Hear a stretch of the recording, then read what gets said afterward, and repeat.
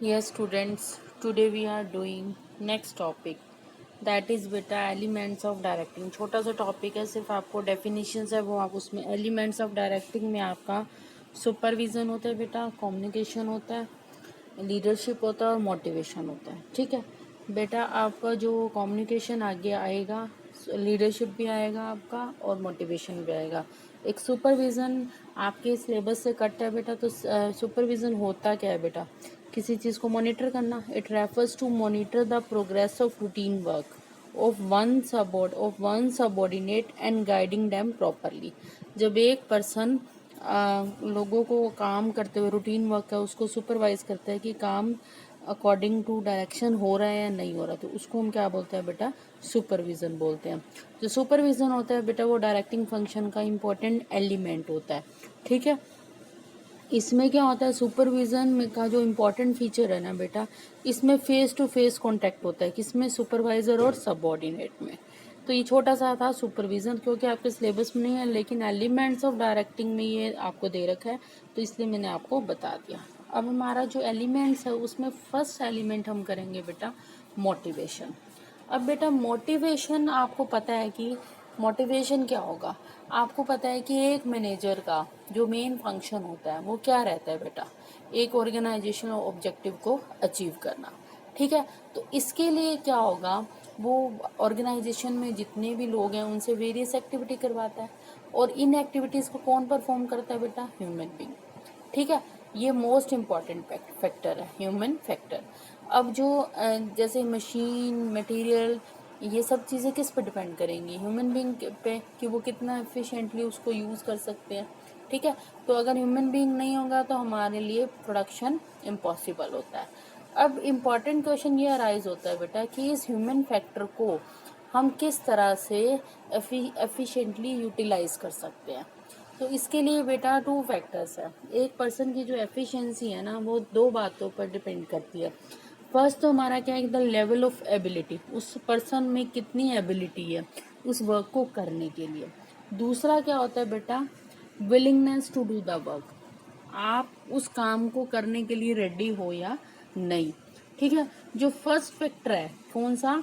Ability, उसको तो हम उसकी एजुकेशन और ट्रेनिंग के थ्रू क्या कर सकते हैं? क्रिएट कर सकते हैं। लेकिन जो सेकंड फैक्टर है क्या? विलिंगनेस टू डू वर्क, उसको हम किस तरह से एक्वायर करेंगे बेटा? क्रिएट करेंगे बाय मोटिवेशन। देखो आपको सब कुछ आता है, अगर आप विलिंग नहीं हो ना काम करने के लिए तो कोई आपको कितना मर्जी कह ले आप काम नहीं कर पाओगे। लेकिन मोटिवेशन जब आपको मिलता है तो आप रेडी हो जाते हो काम करने के लिए। क्लियर बेटा? तो ये बेटा आपका क्या है, आपका इसमें विलिंगनेस हो गया। विलिंगनेस के लिए आपको किस चीज़ की ज़रूरत है बेटा? मोटिवेशन की। क्लियर है? तो अब आपको पता होना चाहिए कि मोटिवेशन क्या होता है बेटा। बेटा हर पर्सन की ना कुछ क्या होती है, नीड्स होती हैं। ठीक है, उन नीड्स को पूरा करना, उस नीड को पूरा करने के लिए वो नीड्स ही हैं जो उसको मोटिवेट करती है काम करने के लिए। सपोज अगर आप जॉब कर रहे हो तो आपकी कुछ ना कुछ नीड होगी। क्या नीड है? सपोज आप अर्निंग के लिए जॉब कर रहे हो, वो आपकी ज़रूरत हो गई। या आपको हो सकता है कि आपको एक वो अपनी अलग से पहचान बनानी है, तो वो ज़रूरत है, तभी आप जॉब कर रहे हो। तो आप कोई भी जो काम करते हो ना बेटा, उसके पीछे कोई ना कोई क्या होती है? मोटिवेशन होता है। मतलब आपने की कोई ज़रूरत होती है, उस ज़रूरत को पूरा करने के लिए आप मोटिवेट होते हो कि हमने अपनी उस नीड को क्या करना है? पूरा करना है। और ये जो नीड है, this impelling need is called motive. ये आपका क्या होता है? मोटिव होता है। जो आपकी नीड है ना वो आपका क्या होता है? मोटिव होता है। ठीक है, और अंडर मोटिवेशन, मोटिवेशन में क्या होता है बेटा? आप क्या करते हो? काम करने के लिए की इच्छा रखते हो कि आप काम करना चाहते हो। ठीक है, तो अब हम मोटिवेशन की डेफिनेशन करेंगे बेटा। मोटिवेशन क्या होता है? Motivation means stimulating, inspiring, inducing the employ to perform the best capacity. Motivation में हम क्या करते हैं? एक एम्प्लॉय को इंड्यूस करते हैं, फोर्स करते हैं, इंस्पायर करते हैं, उसको प्रेरित करते हैं काम करने के लिए, उसको रेडी करते हैं कि वो अपना बेस्ट कैपेसिटी से क्या करे? काम करे।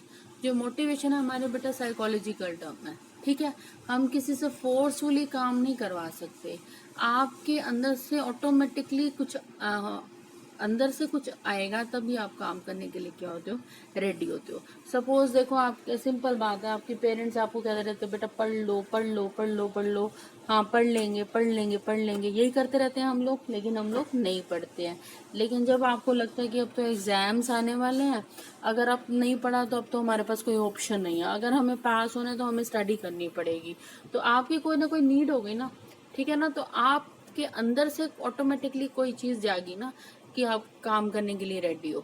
सपोज अगर आपका टारगेट है कि आपको टॉप करना है, तो आप दिन रात पढ़ोगे ना, क्योंकि आपकी ज़रूरत है, क्योंकि आपका एक ऑब्जेक्टिव है, ठीक है, उसके लिए तो मोटिवेशन अपने आप आएगा, मतलब आपके अंदर से आएगा। ये नहीं है कि कोई आपको हम फोर्सफुली किसी से काम नहीं करवा सकते हैं, ठीक है।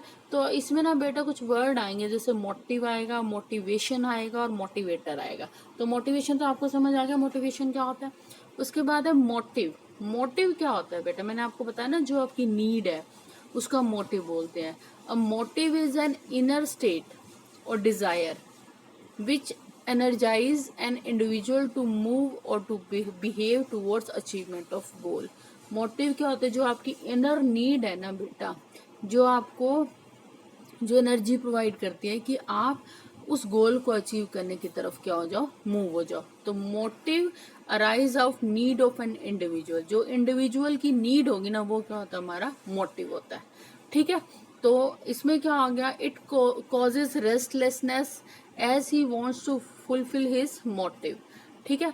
इसमें क्या कह रहा है, सपोज क्या है कि अगर आपका एक मोटिव है कि आपको पैसा कमाना है, तो आप क्या कर रहे हो, जॉब सर्च कर रहे हो, तो आपका एक मोटिव है ना, अर्निंग मनी, आपकी ज़रूरत है, इसलिए आप जॉब सर्च कर रहे हो, ठीक है।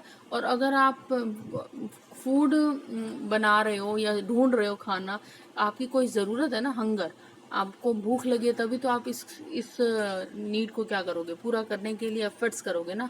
तो मोटिव क्या होगा, जो आपकी इनर नीड होती है ना, जिसको फुलफिल करने के लिए आप एफर्ट्स कर रहे हो, वो होता है आपका मोटिव होता है। मोटिवेशन क्या होता है, motivation is a process of inducing people to perform their best ability to accomplish the goal. Motivation में हम पीपल्स को तैयार करते हैं कि वो अपनी बेस्ट एबिलिटी से काम करें, ताकि उनका जो गोल है वो अचीव हो जाए। अब मोटिवेटर्स क्या हो गया बेटा, मोटिवेटर्स वो टेक्निक या इंसेंटिव जिसको यूज करके हम क्या कर सकते हैं, सामने वाले को मोटिवेट कर सकते हैं। सपोज है कि आप ये कह रहे हो कि जो पर्सन इस तरह से काम करेगा उसको 20% का इंक्रीमेंट मिलेगा, तो आप मोटिवेट हो गए। लेकिन हर किसी, जरूरी नहीं हर कोई पैसे से ही मोटिवेट होता है, कुछ लोग क्या करते हैं बेटा, रिस्पेक्ट से, रिकग्नाइजेशन से भी क्या होते हैं, मोटिवेट हो जाते हैं, ठीक है। जैसे कि सपोज क्या है कि आपकी एक डिग्निटी बन गई अपनी, सपोज का जो लोग होते हैं बेटा, बहुत बड़ी बिजनेस फैमिली से बिलोंग करते हैं, लेकिन वो जॉब कर रहे थे, उनका उनका मोटिव है ना, उनकी ज़रूरत है, वो किस लिए करते हैं, अपने पैरों पे खुद से खड़े होने के लिए, अपनी पहचान बनाने के लिए। तो कई लोग क्या करते हैं, रिस्पेक्ट के लिए भी, या अगर हम आप उसको एक अपनी पहचान बनाने के लिए भी क्या करते हैं, वर्क करते हैं। तो मोटिवेटर वो टेक्निक है, इंसेंटिव, जिसके थ्रू हम लोगों को मोटिवेट कर सकते हैं। जैसे जनरली क्या होता है, इंक्रीमेंट हो गया, बोनस हो गया, प्रमोशन हो गया, रिकग्नाइजेशन हो गया, रिस्पेक्ट हो गया। तो ये कुछ टर्म्स थी, मोटिव, मोटिवेशन और मोटिवेटर्स। मोटिवेशन तो आपको पता है, process of inducing people to perform to their best ability to accomplish the goal. और मोटिव इनर नीड, और मोटिवेटर वो टेक्निक्स और इंसेंटिव जिसको यूज करके हम सामने वाले को मोटिवेट कर सकते हैं। क्लियर बेटा, तो ये था हमारा मीनिंग, ठीक है। उसके बाद हमारे फीचर्स हैं बेटा मोटिवेशन के। Motivation is a psychological phenomena. Motivation क्या होती है, हमारी इंटरनल फीलिंग होती है। इट मीन्स क्या है कि हम किसी से फोर्सफुली काम नहीं करवा सकते। इंटरनल फीलिंग में क्या क्या हो सकता है, आपकी नीड हो सकती है, आपकी डिज़ायर, आपकी एस्पिरेशन, आपकी ज़रूरत हो सकती है, आपकी इच्छा हो सकती है, आपके कोई गोल होते हैं जिसको अचीव करने के लिए आप मोटिवेट होते हो, ठीक है। तो एक तो ये क्या है आपका बेटा, ये आपकी क्या होगी, साइकोलॉजिकल फिनोमिना हो गया ना, क्योंकि ये आपकी इंटरनल फीलिंग है, ना कि एक्सटर्नल।